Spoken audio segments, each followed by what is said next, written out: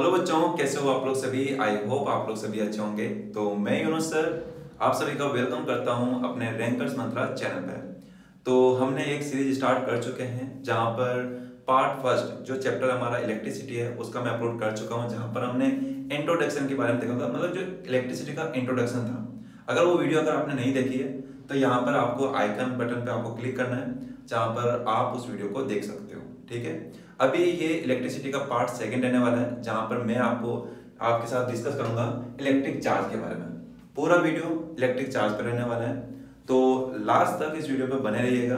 यकीनन बच्चों बहुत कुछ आप सीखने वाले हो। तो चलिए स्टार्ट करते हैं।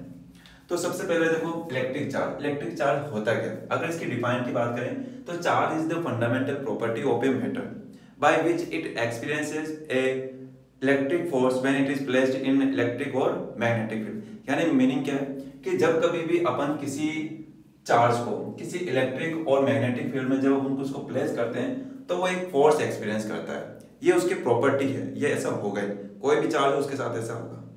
अब देखो होता क्या है कि जो बेंजामिन फ्रैंकलिन है उन्होंने बताया कि जो चार्ज के जो टाइप होते हैं वो टू टाइप के होते हैं। एक तो होता है पॉजिटिव चार्ज और सेकेंड होता है नेगेटिव चार्ज। तो अब ये जो चार्ज होते हैं, चार्ज को कौन कैरी करते हैं।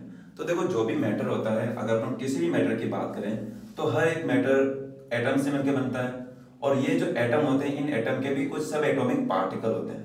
तो अगर मैं इसमें से किसी एक एटम की बात करूं तो अब आपने पढ़ा भी होगा, क्लास 9 के अंदर पढ़ा होगा कि कोई भी जो एटम होता है उसमें 3 मेन सब एटॉमिक पार्टिकल होते हैं। कौन कौन से, जैसे कि न्यूक्लियस में होता है प्रोटॉन और न्यूट्रॉन, जबकि उनके जो ऑर्बिट होते हैं उनमें रिवॉल्व करते हैं इलेक्ट्रॉन। तो कौन सा पार्टिकल कौन सा चार्ज कैरी करेगा। अगर बात करें इलेक्ट्रॉन की तो ये जो इलेक्ट्रॉन होते हैं ना ये नेगेटिव चार्ज को कैरी करते हैं, जबकि अगर बात करें प्रोटॉन की तो प्रोटॉन बच्चों कैरी करते हैं पॉजिटिव चार्ज को, और न्यूट्रॉन पे कोई चार्ज नहीं होता है, कोई चार्ज कैरी नहीं करता है। तो देखो अब हम बात करते हैं कि कोई भी बॉडी कैसे चार्ज हो सकती है, मतलब कि एक न्यूट्रल बॉडी और एक चार्ज बॉडी में क्या डिफरेंस होता है। तो देखो अगर इसी की बात करें, सपोज करो कि ये कोई बॉडी है, अगर इस बॉडी में देखो एटम भी है, एटम में सब एटॉमिक पार्टिकल भी है, मींस उस पर चार्ज भी है, उनमें चार्ज भी है।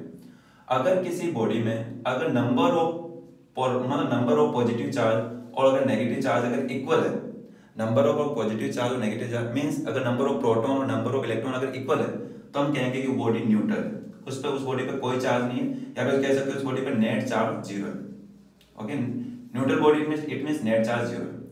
और वहीं अगर आप इस न्यूट्रल बॉडी को अगर चार्ज करना चाहते हो तो आप इसको दो तरीके से कर सकते हो।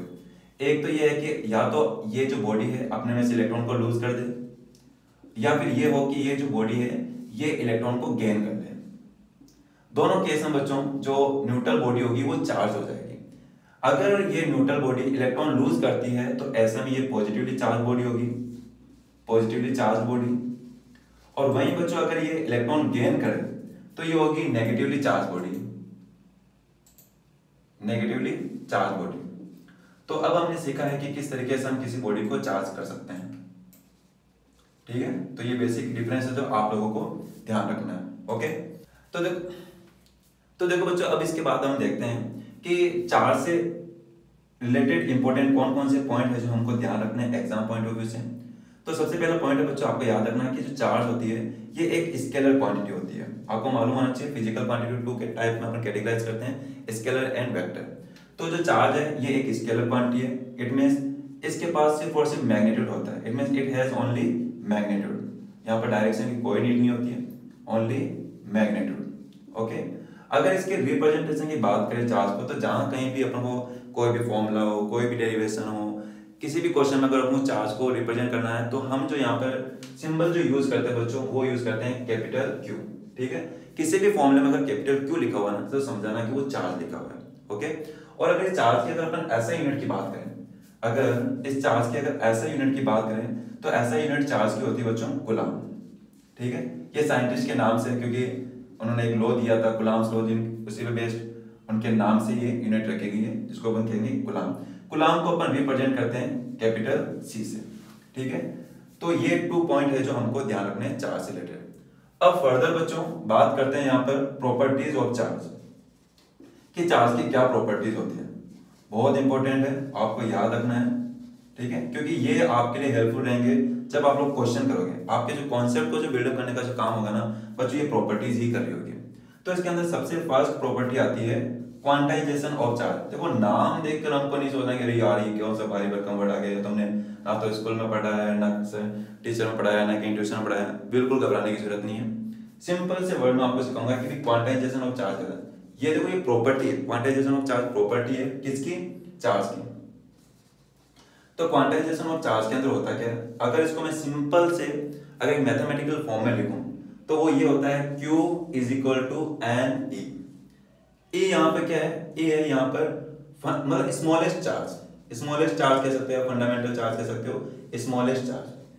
और स्मॉलेस्ट चार्ज कौन कैरी करता है? वो करता है बच्चों इलेक्ट्रॉन। और इस इलेक्ट्रॉन की जो वैल्यू होती है वो होती है 1.6 into 10 to the power minus 19 coulomb. तो बात होता है क्या सर, हमको याद रखने की जरूरत है कि ऑफकोर्स रखने की जरूरत है, क्योंकि इन्हीं पे बेस्ट क्वेश्चंस बनेंगे आपके। और वही सेकंड अगर बात करें यहाँ पे जो एन है बच्चों, एन यहाँ पर है इंटीजर है। यहाँ पर इंटीजर मीन्स आप जानते होंगे नंबर्स होते हैं जिसकी वैल्यू होती है पॉजिटिव +-1 या +-2 या +-3, इस टाइप से इंटीजर होते हैं। तो ये हमने बताया आपको कि भी एन क्या है, ई क्या है। तो इसी से हम सीखेंगे कि क्वांटाइजेशन ऑफ चार्ज क्या होता है। सिंपल सा है कि किसी भी बॉडी पर जो टोटल जो चार्ज रहेगा ना वो हमेशा E का इंटीग्रल मल्टीपल होगा। वापिस सुन लो आप लोग ध्यान से।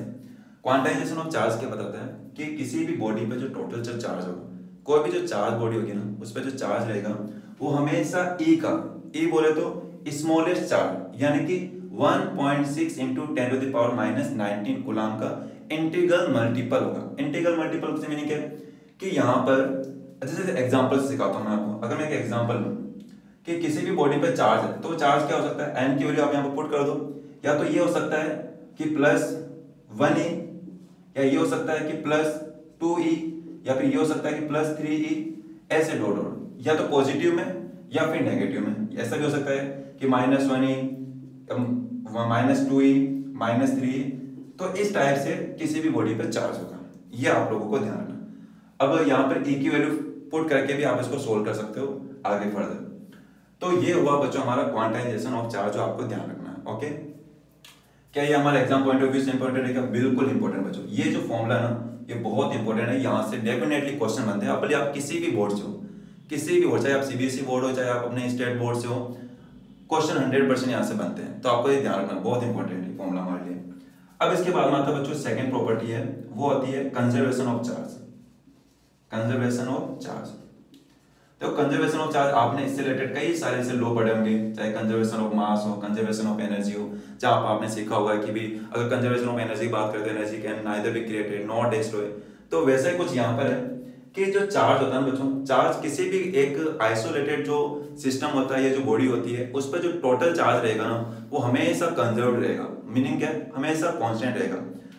कभी भी अपन ये नहीं कहेंगे कि भी किसी बॉडी पर कोई नया चार्ज आ गया है या उस बॉडी से चार्ज खत्म हो गया है। नहीं, किसी भी बॉडी पे कभी ना तो न्यू चार्ज आ सकता है ना ही चार्ज वहां पे डिस्ट्रॉय हो सकता है। हाँ, ये हो सकता है कि चार्ज वन बॉडी से दूसरी बॉडी पे क्या कर जाए, कैरी कर जाए, मतलब दूसरी बॉडी पे मूव कर जाए। तो देखो ध्यान रखना हमेशा जब भी किसी एक बॉडी से दूसरी बॉडी पे जब चार्ज ट्रांसफर होगा, चार्ज कौन ट्रांसफर करेगा, कौन कैरी करेगा? ध्यान रखना वो करेगा इलेक्ट्रॉन। चार्ज का जो मूवमेंट होगा ना हमेशा याद रखना, जो एक बॉडी से जो दूसरी बॉडी पर जो चार्ज जाएगा ना वो कौन लेकर जाएगा?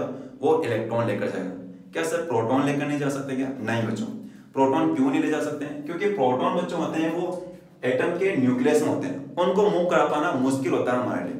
तो इसलिए प्रोटॉन चार्ज कैरी नहीं करेंगे, मतलब चार्ज कैरियर का काम प्रोटॉन नहीं करेंगे बल्कि कौन करेंगे? इलेक्ट्रॉन करेंगे, जो कि आपको ध्यान रखना है। ठीक है, तो अगर किसी बॉडी पर अगर एक तरफ अगर नेगेटिव चार्ज आ रहा होगा ना तो दूसरी तरफ पॉजिटिव चार्ज आ रहा होगा। ठीक है, ये आपको ध्यान रखना है। Property of charge. अब एक लास्ट थर्ड इंपॉर्टेंट प्रॉपर्टी है जो हम पढ़ लेते हैं कि चार्ज की क्या प्रॉपर्टी होती है। देखो ध्यान रखना, आपने पढ़ा भी है, पहले आपने पढ़ चुके होंगे कि जो लाइक चार्ज होते हैं, ध्यान रखना कि जो लाइक चार्ज होते हैं वो हमेशा क्या करते हैं? एक दूसरे को रिपेल करते हैं। यानी like charge repels each other while unlike charge attract each other. कैसे? अनलाइक चार्ज अट्रैक्ट, हाँ, ये आप समझ जाओगे, बहुत सिंपल है। जैसे एग्जांपल से लेते हैं, सपोज करो कि एक चार्ज पॉजिटिव चार्ज है, दूसरी तरफ पे पॉजिटिव चार्ज, ठीक है ना। अब देखो कोई बॉडी भी हो सकती है ना, कोई एक बॉडी भी हो सकती है, कोई पॉजिटिवली चार्ज बॉडी है, दूसरी तरफ पॉजिटिवली चार्ज बॉडी है, तो याद रखना ये दोनों बॉडी क्या करेंगे, एक दूसरे को रिपेल करेंगे, इन दोनों के बीच में फोर्स लगेगा, इलेक्ट्रिक फोर्स। वहीं अगर अपोजिट चार्ज हो, यानी एक पर पॉजिटिव चार्ज हो और एक पर नेगेटिव चार्ज हो, तो इन दोनों के बीच में लगेगा अट्रैक्शन फोर्स, ठीक है। ये अट्रैक्शन फोर्स बच्चों आप लोग फाइंड भी कर सकते हो, जब आप लोग 12th स्टैंडर्ड में जब जाओगे तो वहां पर आपको पढ़ने को मिलेगा कि भी कोई भी जो टू चार्जेस होते हैं उनके बीच में जो इलेक्ट्रिक फोर्स होता है उसको आप कैसे फाइंड कर सकते हो। तो इसके पीछे जो कुलाम्स थे, मतलब जो कुलाम थे, उन्होंने लो दिया था जिनके नाम से रखा गया कुलाम्स लो, और वो ये था कि F, डायरेक्ट मैं फॉर्मूला लिख रहा हूँ यहाँ पर, F इज इक्वल टू के, अगर देखो चार्ज, अगर एक बॉडी पे चार्ज Q1 है और दूसरी बॉडी पे चार्ज अगर Q2 है, तो इन दोनों के बीच में जो लगने वाला जो इलेक्ट्रिक फोर्स होता है ना, वो होता है F इज इक्वल टू के Q1 Q2 अपॉन, अगर बीच की डिस्टेंस बच्चों अगर अपन उसको D से रिप्रेजेंट करें तो हो जाएगी D²।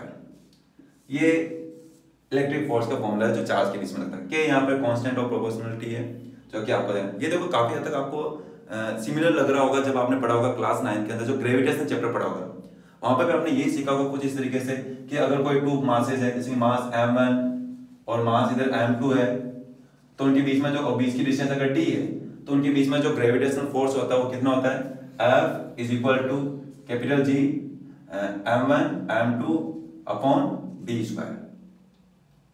तो कुछ ऐसा ही यहाँ पर भी है, वहां पे भी एक कांस्टेंट था जिसकी वैल्यू 7 × 10⁻11 न्यूटन मीटर स्क्वायर पर किलोग्राम स्क्वायर। वैसे ही यहाँ पे भी है, इसकी भी यहाँ पे जो क्या है ना कांस्टेंट, इसकी भी वैल्यू बच्चों वो होती है 9। देखो याद रखने की कोई जरूरत नहीं है, अभी आप कितने इस लेवल पर क्वेश्चन नहीं पुट अप होंगे, फिर भी अगर आप ध्यान रखना चाहो तो रख सकते हो। क्या की वैल्यू होती है 9.1 × 10⁻9 और यूनिट भी आप बना सकते हो newton metre square by coulomb square. ये वैल्यू पुट कर दोगे, क्यू की वैल्यू पुट करोगे, क्यू की वैल्यू पुट करोगे, डी की वैल्यू पुट करके फाइंड कर सकते हैं। तो बेसिक सिंपल सा ध्यान रख लेना, एग्जाम भी इस पे बेस्ड आपके क्वेश्चन नहीं पूछे जाएंगे, ठीक है। तो ये हो गया बच्चों ओवरऑल हमारा इलेक्ट्रिक चार्ज। मैं एक बार समराइज कर देता हूँ वापिस, देखो डिटेल में अच्छे से। तो सबसे पहले हमने सीखा कि चार्ज क्या होता है। Charge is the fundamental property of a matter by which it experiences an electric force when it is placed in an electric और मैग्नेटिक फील्ड। जब भी इलेक्ट्रिक और मैग्नेटिक फील्ड में किसी चार्ज को रखोगे तो वो एक फोर्स एक्सपीरियंस करेगा, और ये उसकी प्रॉपर्टी है। बेंजामिन फ्रैंकलिन ने बताया कि जो टाइप होते हैं, जो चार्ज होते हैं टू टाइप के होते हैं, positive charge and negative charge. कोई भी जो मैटर होता है उस मैटर में जो एटम होते हैं, एटम में सब एटॉमिक पार्टिकल होते हैं, प्रोटॉन, न्यूट्रॉन एंड इलेक्ट्रॉन। इसमें जो प्रोटॉन होता है वो पॉजिटिव चार्ज को कैरी करता है, वाइल जो इलेक्ट्रॉन होता है वो नेगेटिव चार्ज को कैरी करता है। अब किसी भी बॉडी को आप चार्ज कैसे कर सकते हो, या तो इलेक्ट्रॉन लूज करवा दो या इलेक्ट्रॉन गेन करवा दो। अगर इलेक्ट्रॉन लूज कर रहा है तो बॉडी पॉजिटिवली चार्ज बॉडी होगी, अगर वो इलेक्ट्रॉन को गेन करती है तो वो नेगेटिवली चार्ज बॉडी होगी। इसके बाद हमने सीखा कि जो चार्ज है वो एक स्केलर क्वांटिटी, याद रखना, और चार्ज को अपन रिप्रेजेंट करते हैं कैपिटल Q से। इसकी ऐसा यूनिट होती है कूलम, जिसका सिंबल होगा कैपिटल C। और इसकी जो चार्ज की जो प्रॉपर्टी होती है, एक प्रॉपर्टी होती है क्वांटाइजेशन ऑफ चार्ज। मीनिंग ये है कि किसी भी बॉडी पर जो चार्ज होगा ना वो हमेशा स्मॉलेस्ट चार्ज का इंटीग्रल मल्टीपल होगा, ठीक है। कभी भी जो चार्ज है ना वो फ्रैक्शन में नहीं रहेगा। इसका मतलब, इस पॉइंट का मतलब क्या है, कभी भी चार्ज ऐसा नहीं कहोगे आप कि 0.2 कूलम चार्ज, कि भी 1/7 कूलम चार्ज, ऐसा नहीं कहोगे, हमेशा इंटीग्रल मल्टीपल होगा। यानी +1 यानी कि +1e +2e या +3e या फिर -2e -3 इस टाइप से। सेकेंड है कंजर्वेशन ऑफ चार्ज, ना तो चार्ज क्रिएट कर सकते हैं ना ही डिस्ट्रॉय कर सकते हैं, बस ट्रांसफर हो सकता है one body to another body. अगर एक बॉडी पर चार्ज आ रहा है नेगेटिव, तो उसी समय at the same time second body पे क्या आ रहा होगा, पॉजिटिव चार्ज। थर्ड है बहुत ही सिंपल है कि लाइक चार्ज होते हैं वो रिपेल करते हैं, और वाइल जो अनलाइक चार्ज होते हैं वो एक दूसरे को अट्रैक्ट करते हैं। और वहीं एक ये याद रख लेना आप लोग कि भी कोई भी टू चार्ज के बीच में जो इलेक्ट्रिक फोर्स होता है उसको फाइंड करने का फॉर्मूला होता है F is equal to K Q1 Q2 divided by D²। ये है बच्चों हमारा। अब इसी पे बेस्ड बच्चों एक और वीडियो है जो कि आपको उसका लिंक डिस्क्रिप्शन में भी मिल जाएगा आपको, तो उस वीडियो को आप जरूर देखना, क्योंकि उस वीडियो के अंदर बच्चों इसी पे बेस्ड क्वेश्चन है जो प्रीवियस ईयर में पूछे गए हो या फिर पूछे जा सकते हैं, सैंपल पेपर से भी लिए गए क्वेश्चन है, जो कि बच्चों सबसे ज्यादा इंपॉर्टेंट रहने वाले इस फॉर्मूले पे बेस्ड। ये क्योंकि आपके जो एनसीईआरटी के अंदर जो क्लास 10 के अंदर जो क्वेश्चन बन सकते हैं न्यूमेरिकल वो इस फॉर्मूले से बनेंगे। तो इसी पे बेस्ड मैं क्वेश्चन कराने वाला हूँ। तो आप लोगों को सभी को इस वीडियो मतलब इस पे बेस्ड जो वीडियो है जिसका थंबनेल अभी आपको यहाँ पर दिख रहा होगा उस पर क्लिक करना है और उस वीडियो को देखना है। और इससे रिलेटेड अगर आपको नोट्स चाहिए तो नोट्स आपको नीचे डिस्क्रिप्शन में आपको लिंक मिल रहा है टेलीग्राम ग्रुप का, उसको ज्वाइन कीजिए, क्लिक करके ज्वाइन कर लेना। और साथ ही साथ कि अगर कोई डाउट है तो डाउट के लिए भी एक और ग्रुप है, उसका भी लिंक है, जहाँ पर अगर आपको कोई डाउट है, कोई भी क्वेरी है तो वहाँ पर आप मैसेज कर सकते हो। तो ये है बच्चों आज का पार्ट सेकंड। अब मिलते हैं अपन पार्ट थर्ड में। Okay, bye bye and take care.